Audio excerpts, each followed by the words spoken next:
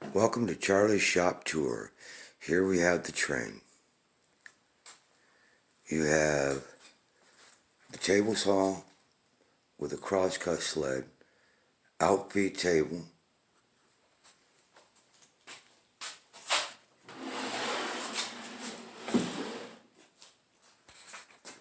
router table with fence, just have to clamp it down. Below, you have this little Ryobi. It works great and it's lasted for a good while. I ran a lot of stuff through it. Just got done making the 1-inch dowel that you see here. That was done using that. Then down here you have the beginning of what's going to be a cutting board. And they were all ran through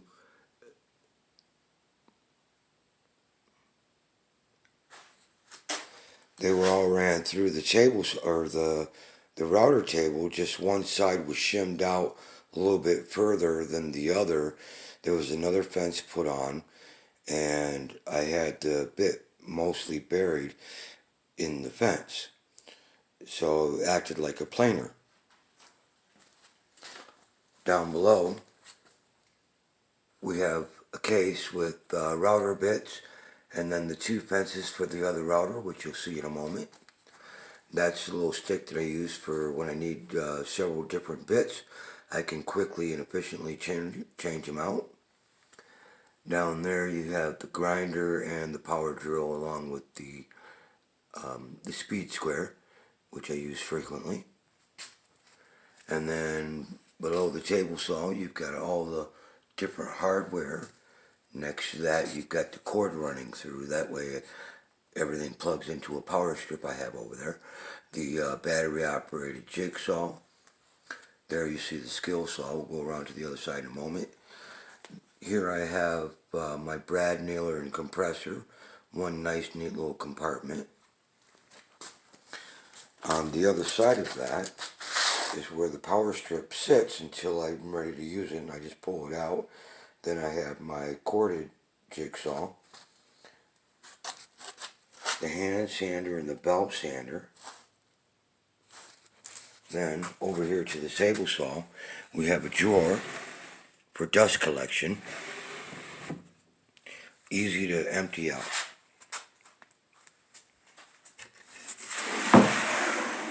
The sliding system is nothing more than a couple of dados ran through. You want those to be as straight as possible. Here we have a Wing Chun dummy that I'm working on. I'm using an old table base, and it made this top part, which actually slides up and down. I can actually take it off. It's going to be fastened in place using dowels. There's one place there, and then the other place is, okay, there's the arms. So there's one. There it is. That 1-inch dowel that you saw on the table, that's what that's going to be for. One's going to be there, and one's going to be there. That's going to help to lock it in place, and also allow for me to move it. And then up here is where I started to lay out where the arms are going to go. It's not completely rounded yet. I still got more planing to go. Over here we have my little box with all my little scrap wood pieces and more scrap wood. Here we have the Harbor Freight corner clamps. They work great. I assembled the box that you see in the video in probably about 20 minutes. That's glue and brad nails and all that good stuff.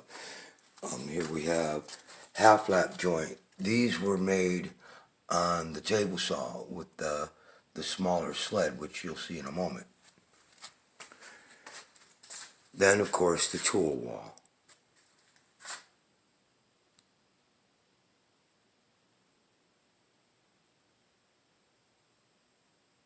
Everything you see on the tool wall is on a French cleat system,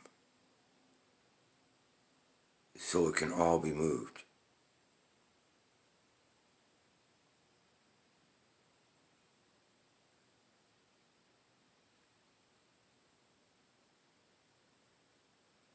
And then over to the other workbench.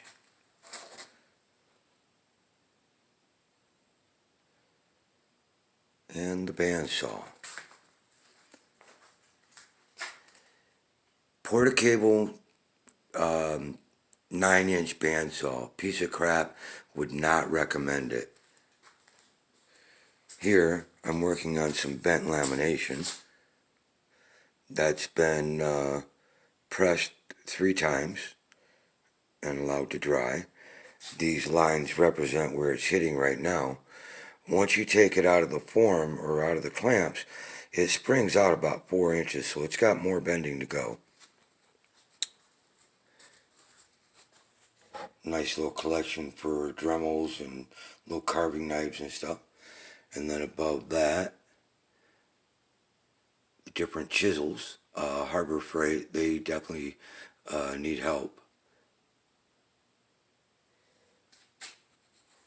My little drill stand.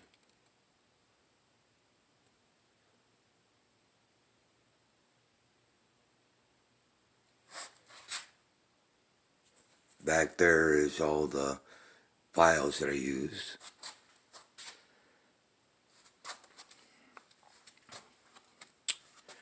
This rasp works really well when you've got a fresh blade in it. Great for hogging away the bulk of it before following up with one of the 2 planes. Now I would say if you were going to buy the Cobalt, you would definitely want to chew up the bottom of it and definitely smooth out the side of it. And you're really going to have to work out that blade. That took a moment on both of these. But once I got the blades sharpened up, they were actually fairly simple and easy to line up and get nice thin shavings. Here, I decided that I wanted to try the cabriole leg, the ball and claw. So I made 4 miniatures. There's the beginning of the ball and claw on the first.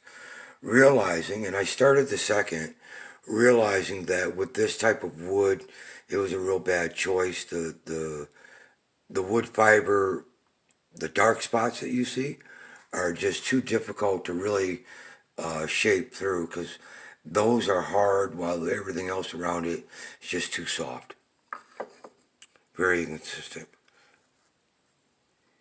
Here's my little kerf maker, a little kerf piece. Use that whenever you're doing like a box joint on the table saw and the crosscut sled. That is how this box was joined together. That was actually the very first, and now I created a jig just for that.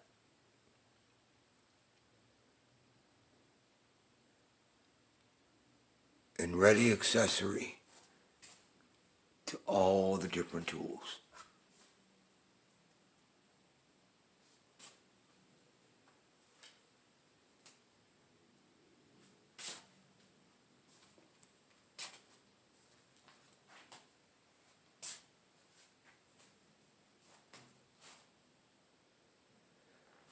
But this right here, the train, that's the beginning of it all. Because right there you have one great workstation, and these can be built to your personal preference or whatever tools that you use the most.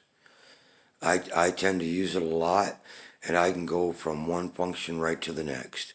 And it's a beautiful thing.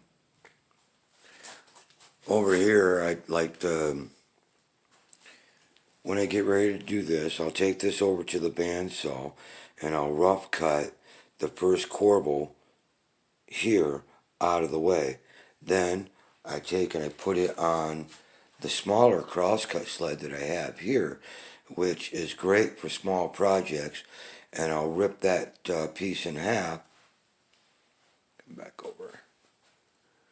We'll cut it right along the back here, and then once I do that, then this side is ready to go through the table saw, cutting each one at 2 inches.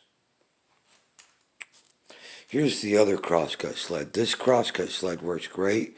It's long. It works wonderful for trying to cut long pieces and you're trying to square them up or straighten them up. I generally shoot them down with a brad nail.